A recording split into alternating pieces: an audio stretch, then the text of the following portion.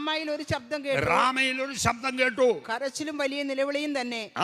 റാഹേൽ മക്കളെ ചൊല്ലി കരഞ്ഞു, അവർ ഇല്ലായ്കയാൽ ആശ്വാസം കൈക്കൊള്ളുവാൻ മനസ്സില്ലാതിരുന്നു എന്ന് യിരെമ്യാ പ്രവാചകൻ മുഖാന്തരം അരുളി ചെയ്ത അന്ന് നിവർത്തിയായി.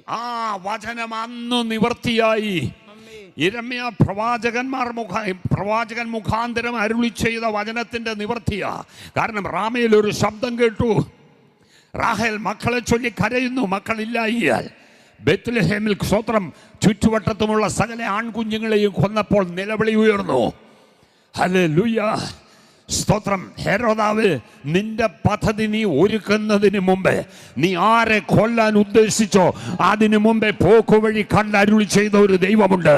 അങ്ങനെയെങ്കിൽ ദൈവത്തിൽ വിശ്വസിക്കുന്ന ദൈവ പൈതലെ, ദൈവത്തിന്റെ മക്കളായി തീർന്ന ദൈവ പൈതലെ, നിന്നെ കുറിച്ചും എഴുതി വെച്ചതുപോലെ നടക്കത്തേ ഉള്ളൂ.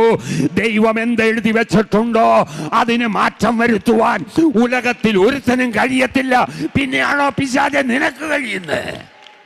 ഹല്ലേലൂയ, പ്രൈസ് ഗോഡ്, സ്തോത്രം. അപ്പൊ ഒരുവന്റെ ജീവിതത്തിൽ യേശു വന്നാൽ ദൈവിക പദ്ധതികൾ തടസ്സം വന്നാലും തടസ്സം കൂടാതെ നിവർത്തിച്ചെടുക്കുന്നത്